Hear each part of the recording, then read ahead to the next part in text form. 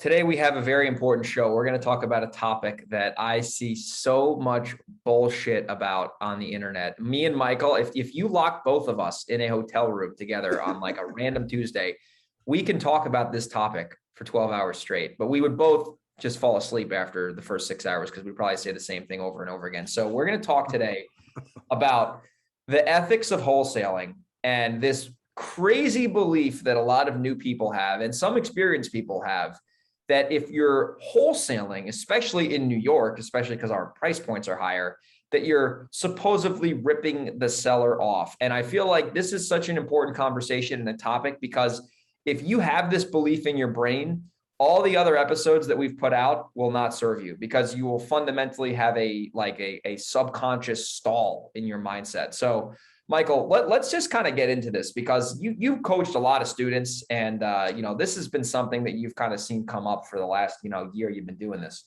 For sure. So this really is about mindset. We could probably do 20 other episodes just about mindset, but this is one of the biggest parts of mindset because I think a lot of people naturally, when they learn about this business, and certainly a lot of people who have, superficial understanding of the business, they believe that what we do is predatory, right? If I'm able to buy a house for 60% of what it's worth, somebody must be getting screwed, right?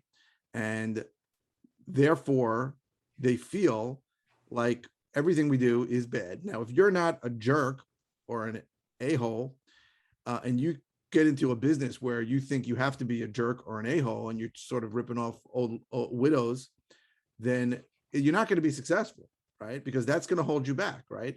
Because you're going to feel bad making offers at prices that you can buy it. And you're just going to feel like you're taking advantage of people. If that's in your head, this episode is here to dispel that notion because it's not true. What Greg and I do and what a lot of people we know do is not, even if you're buying properties at a discount, you are not taking advantage of anyone.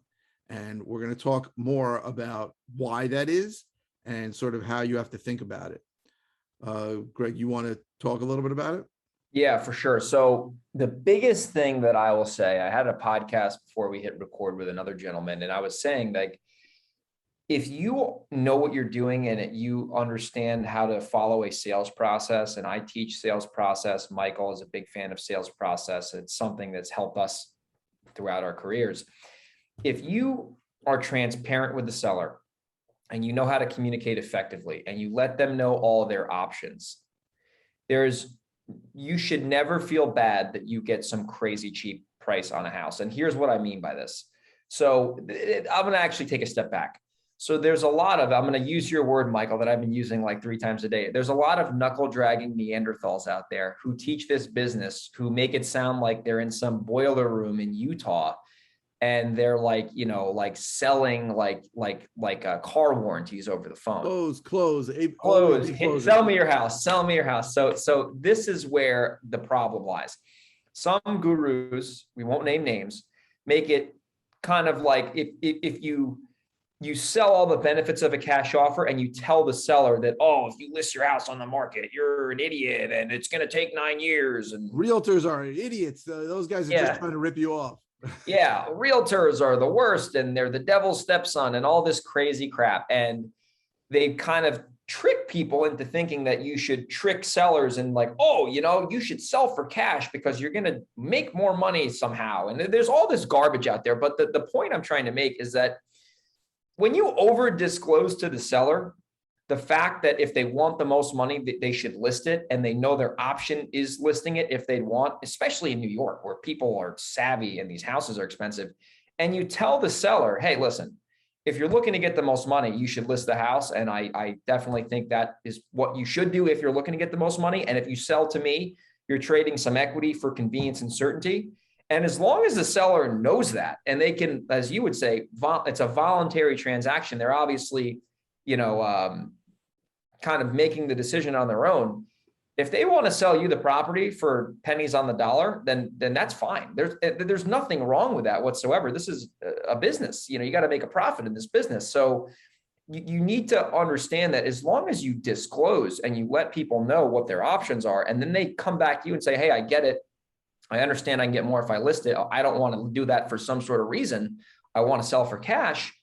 You should never feel bad. I mean, what are your thoughts? I mean, it's just like pretty logical. Think about it. So first of all, there's two scenarios. There are scenarios where somebody can't list it, right? Property is a disaster, Yeah. not mortgageable. Yes. So in those situations, obviously, they can't list it. No. Or at least it would be hard for them to list it and get a decent price. But Yeah. most situations that you and I go in, they can list it. So I just left an appointment an hour ago. Very old original house, been vacant for a year and a half. Occupant died. This is the son-in-law of the occupant.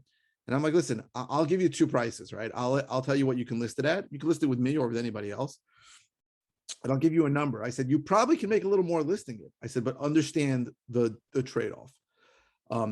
If you list it, number one is you can go into I had a contract fall out today after 3 months on a deal that it was a straight up listing for somebody I know.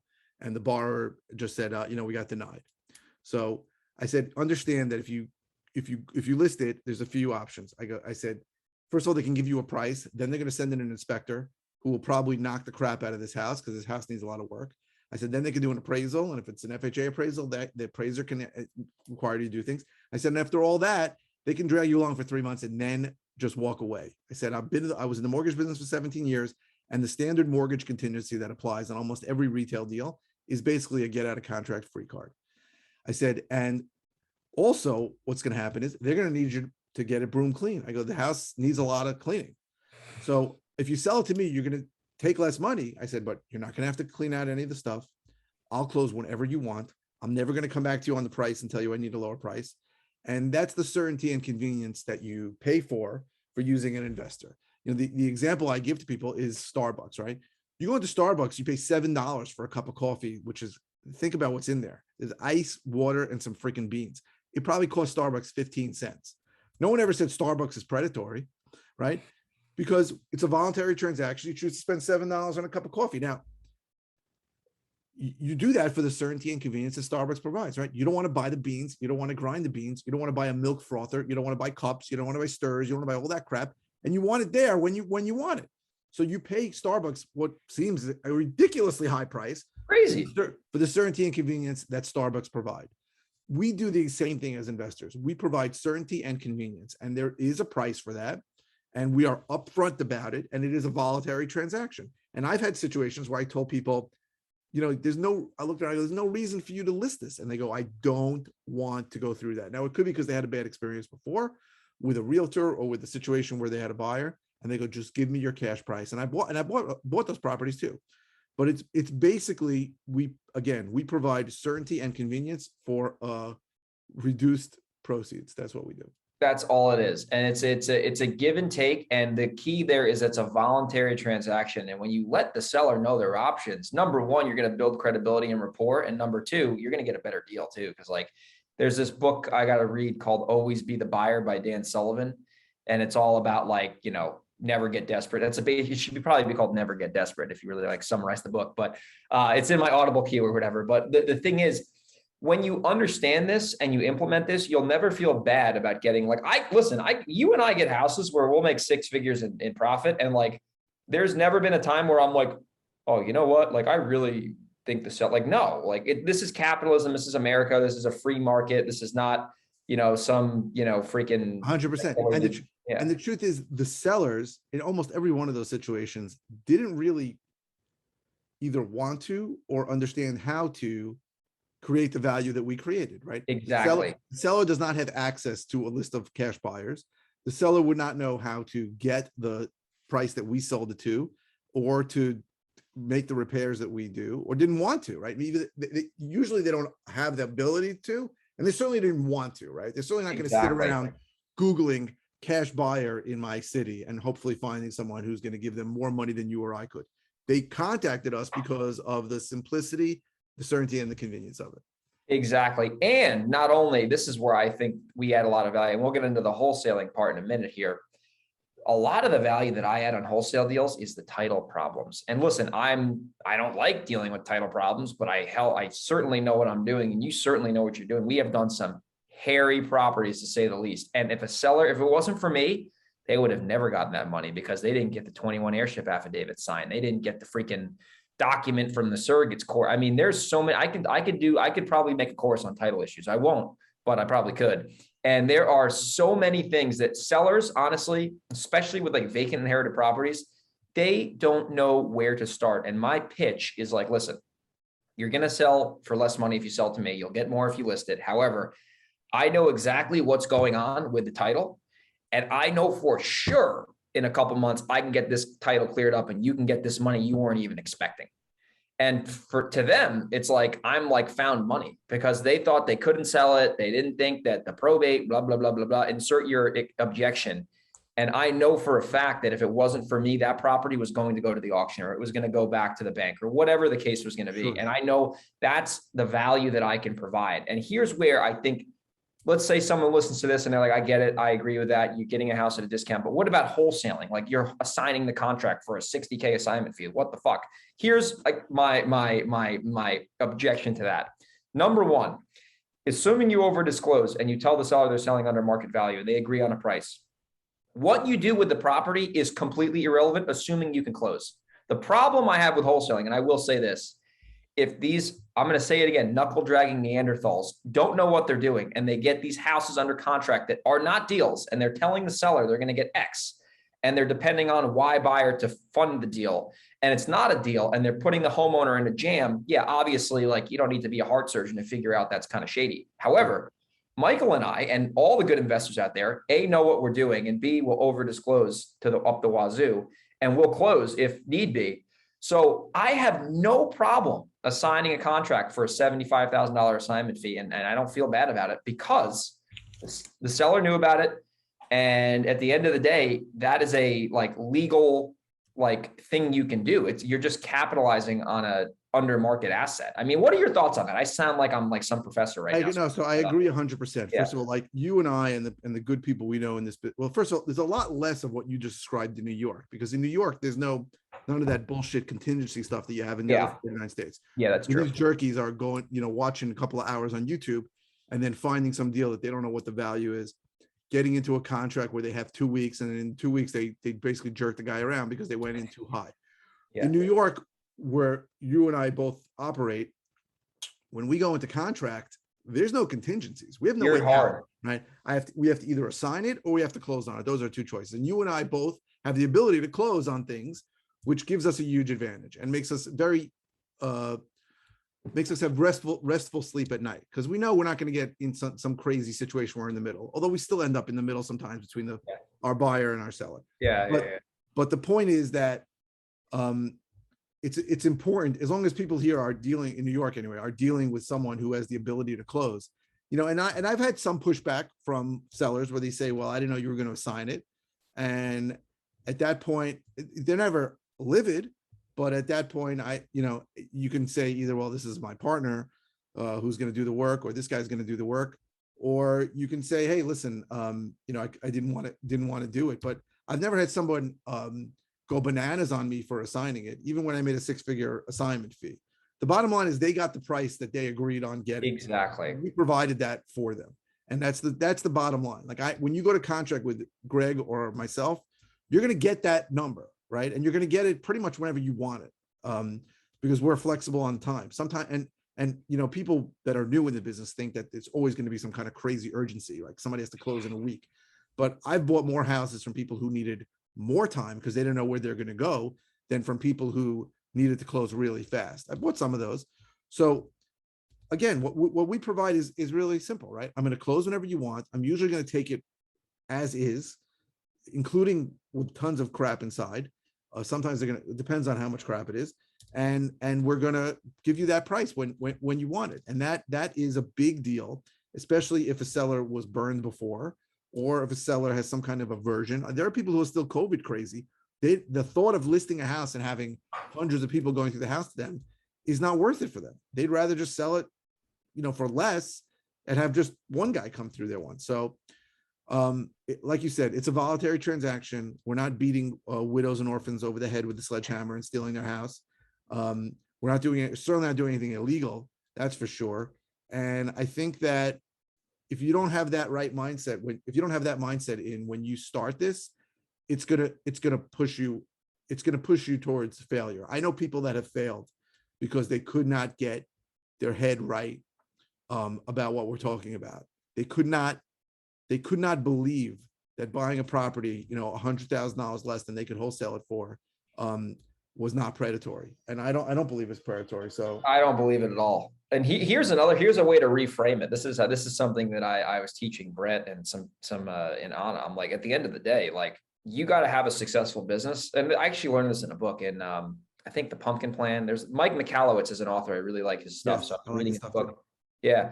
At the end of the day, if your business isn't profitable, you can't serve your customers, right? Think about it that way. Like, if you're not making a lot of money on wholesale deals, how are you supposed to serve your business? How are you supposed to serve your team? How are you supposed to serve your marketplace and serve the government when you pay your taxes at the end of the year? Like, you need to be profitable in order to run a successful business.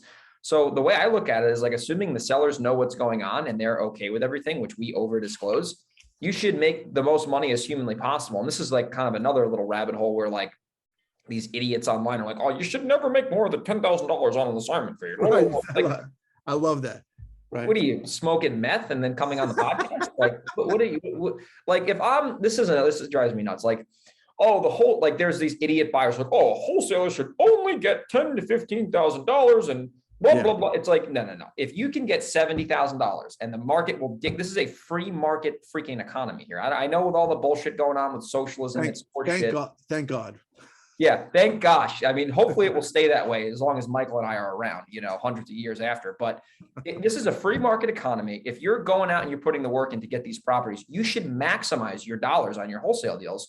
So if you think as a wholesaler, you're only allowed to make some bullshit arbitrary number, you're going to get slammed, because at the end of the day, if you're not maxing out your wholesale deals, or at least trying to max out your wholesale deals, you're going to burn out.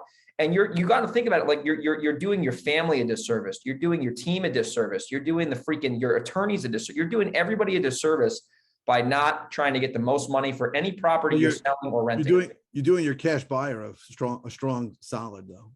You are, but I'm not.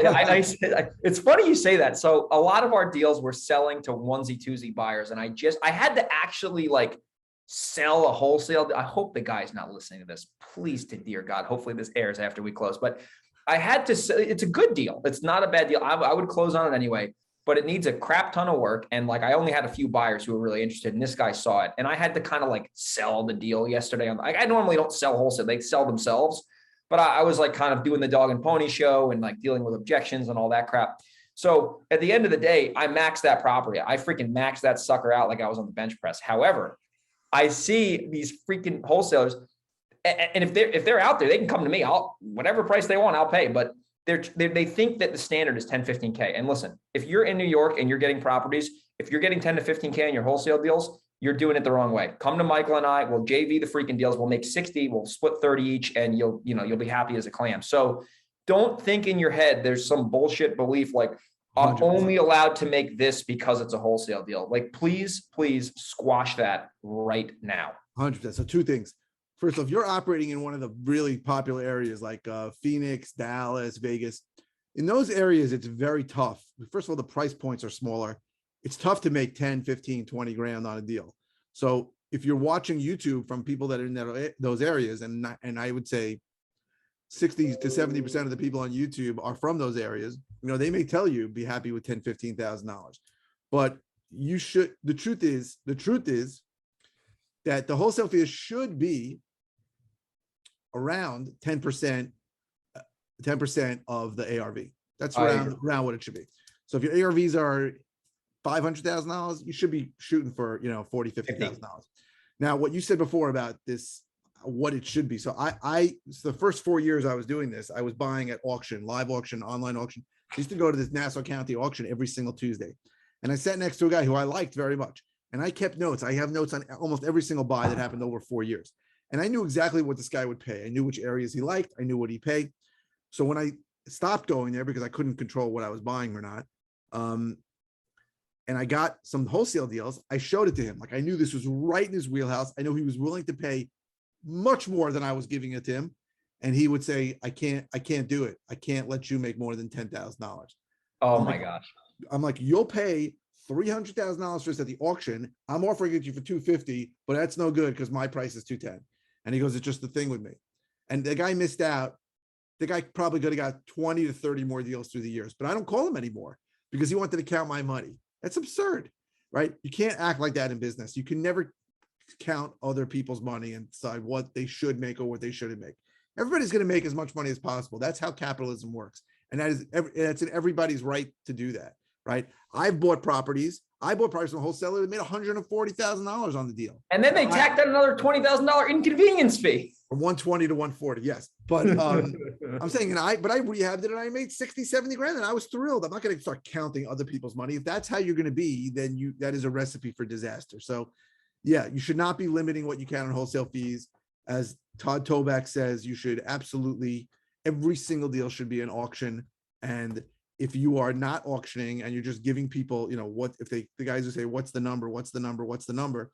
Those guys are trying to rip you off. I agree with you. I actually had a buyer in our market who we both know, because I'm like a kind of a savage with the wholesale deals. Like I'm like, dude, I'm taking this thing I'm taking it to the wholesale MLS. Like I'm not. And he was like, oh, I don't like the way you do these wholesale deals. I'm like, he's bought from me. He's a great buyer, great guy. Really, like we both know him. Awesome guy. Like nothing but good things to say. But he's like, I don't like how you do this kind of like thing. I'm like, bro, you don't like, you cannot pocket wholesale in 2021. It's just not the way to do it. Good. There's a good rehabber in my area. Great guy. I like him a lot. But when I have a wholesale deal and I got like 60 people outside, I see him come out of his car and get back in his car. He's like, I can't deal with that. He's like, if you want to call me, I'll talk to you. He goes, but I'm not competing with all these people. That's just how it is. And that's you're not going to have that buyer on your deals. I've ended up my buyer on those deals. But thankfully, there's enough other buyers that it doesn't matter. It's supply. That's the thing with wholesale deals. It is supply and demand. It's nothing less but that. And that's where I see, here's a real like scenario though. Like this, it's all about like when you're negotiating, like if you put your deal out to a list, okay, and you're trying to make 40 grand or whatever, like we try to make, and you have one buyer who's really interested.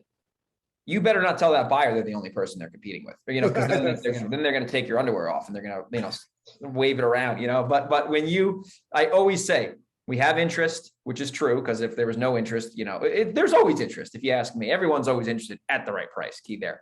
And you always want to make the buyers seem, and this is generally 9 out of 10 my deals, there is other buyers looking at this property and it's going to most likely sell for the highest and best price, right? And sometimes that's asking price, sometimes it's higher, sometimes it's lower, depending on the case. But never feel like when you're a wholesaler, you have to sell to one person and you're obligated to sell them properties and they are such a good human and they took you out to lunch and bought you spaghetti and like, no. That's not how it works, So the big point we're trying to make here, obviously we could talk about this for hours. This is like, this is music to my ears. Number one, if you're disclosing to the seller that they have options and they are going to sell for less to you and they're going to get more if they list it and they make the decision themselves, you should not feel bad about wholesaling it. You should not feel bad about getting it at a cheap price. Also, if you can close on the properties or you can align yourself with someone like Michael or I who can close on the properties, you're always going to have an exit, right? You're going to buy the house. At that point, it is your duty to get the most money for that property and let the market dictate what the price is. And don't take some guru's advice in Phoenix or Dallas or wherever and say, oh, you should only make $10,000 like that. That honestly, it almost makes me want to throw up because you're basically just robbing your family. You're robbing your employees. You're robbing your escrow companies and your attorney. You're destroying everyone. Literally taking money out of your pocket and giving it to a cash buyer into his pocket and just saying, here, thank you very much. Thank you, ma'am. May I have another? You want to hear a funny story on this? Actually, I'll wrap it up with this story. So this is a San Diego deal, but it's the same shit. Markets are similar. So I get this house and I put it out and it's like piranhas attacking a piece of meat in the garbage can in the sea. It's just like, it's this pandemonium. And there's some people that I'm really good friends with out here that we've done business together and, I've sold them properties. And they're like, where do I got to be at? Where do I got to be at? Hey, what's it going to take to get this? And like, these are good guys, like good, solid guys. And I'm like, listen, man, I love you, brother, but I'm going to have to let this thing go to highest and best. And I ended up selling it to some, random guy. He's a good guy, but I'm selling it to this guy for an absolute premium, like full market wholesale property profit. And everyone's cool about it. No one's mad at you. Nobody's like, oh, Greg's a jerk. He didn't sell me this deal, because like everyone understands where you're coming from. Like it's especially if they're a logical human being, like, you know, like Right. I always say this to buyers, if they like give me bullshit, I say, listen, I totally get where you're coming from, Rick, but if you were in my shoes with this property and you had 10 people interested, what would you do if you were me? And when you say that question, I guarantee you, they're either going to say nothing or they're going to say, you know what, you're right. You're right. I got 10 people. And so it's like, you're not doing anyone favors here. This is not a charity. Yeah. So I had a buyer that I sent a lot of properties to, and I got into the unfortunate habit of like him asking me what the price was and me guessing and him saying, okay. And then eventually I stopped doing that. And then he got upset at me. Like, he's like, oh, well, you used to call me, you know, he likes to stop by the office. And, but in the end, I sold him another property like soon after, like a couple of months later. So like, even if they say they're upset because they're not basically getting over on you, they'll still buy something that they think they can make money on. If the numbers work, exactly. Right, that's it. So as much like even that guy who's like upset and comes to my open house, my wholesale viewings, and then leaves, he'll still buy something from me if I have something to sell. Like these buyers are still going to buy anytime they think they can make a profit. So Exactly. so the idea that you're going to upset people, you know, that's got to go out of your head. Also, that's also it's the same ethics kind of thing. Like you're not doing anybody any favors by selling things below what you can get for it. 100%. Here's the big thing I will say about that too, just so people have context here and then think like we're like, so here's what I will do. I will say this. When a buyer puts in their best offer and that is the best and final, and I give a buyer my word, I will sell them that property. This is on the retail side, forget about it, because there's these asshole agents who are going to just basically give you a hand job and say, go away, you know? So it's like, so this is on the wholesale side. And like, if someone's offended by, like, listen, this is how Michael and I talk. So like, we're being ourselves here, right? Let's just be honest. So if I tell a buyer, I'm going to sell them a property, I'm going to sell them the property, and it's up to them to perform. So I'll give you an example. I had this has actually happened on the Oceanside deal. I told the guy I was doing business with him.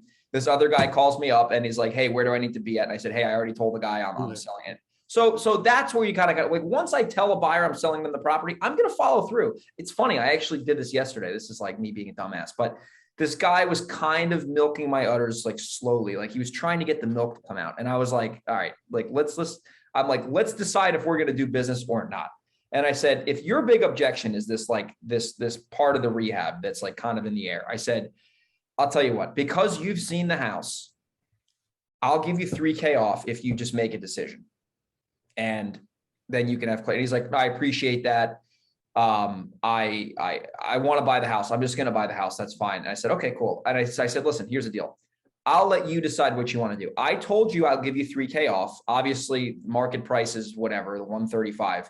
You let me know what you think is fair, and then I'll sell it to you at whatever price you want. And he's like, you know what, Greg? You have integrity. I like the way you do business. I'll buy it for retail. So I basically gave the guy $3,000 off, and he said, you know what? I'm still going to pay fucking retail. That's amazing. So I'll take that $3,000. I'll get a steak dinner. But anyway, the point of that is like, do what you say you're going to do. $3,000 for a steak dinner. That's some expensive steak. I don't know. We'll go to fucking Cabo or something where you were just, we'll convert it to pesos. But the point of that is when you have a cash buyer and you're actually going to like, do what you say you're going to do with the buyer. Don't like take an offer and then like, oh, by the way, Rick, just like, just assuming the number is what you're looking to get and you've decided like, just move forward with that buyer, because at the end of the day, if it is competitive, they're going to want to make sure that you're going to move forward if you give them your word. So like your word is something that you only have your word at the end of the day. So if people know that you're a flake, they're going to discount everything that you do after the fact. But if they know that you do what you say you're going to do and you operate with integrity and then you perform with integrity, the next deal you do with them is going to be that much easier. Have you ever had any examples with that, Michael, where you've had some, buyers? So whenever I'm selling something retail, as you said, it doesn't matter. Yeah. I say to people, I'm accepting your offer, but I'm going to continue to market the property. Yes. All documents are executed, because I've had too many buyers who just screwed me over in the second. Yes.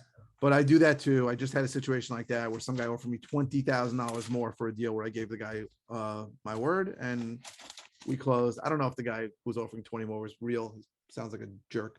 I never sold to him, and I had sold to this guy. So, but I agree. When you give your word, then you got to keep your word. You got to follow through. Cool. Well, I hope everyone got entertainment from that show and they got a lot of information. Please make sure you don't let these limiting beliefs hold you back. Max out your wholesale deals. Oh, by the way, quick commercial. If you have wholesale deals and you're in New York, which you probably do if you're listening to the show, if you're in Arkansas listening to the show, send me an email, greg@velocityhousebuyers.com. I want to know why you're listening to the show, not to accuse you, but to figure out like maybe you can do this virtually. And I'm serious. So if you have deals and you're in New York, hit up myself, hit up Michael, depending on where you're at geographically. And we'd love to JV with you. We've been doing a lot of that. We've been helping a lot of people. So hit us up and we'll be happy to JV with you on deals. Leave a review on iTunes, share this show with people, and we'll get the word out to more folks. And hope everyone has a good day, and we'll catch you on the next episode.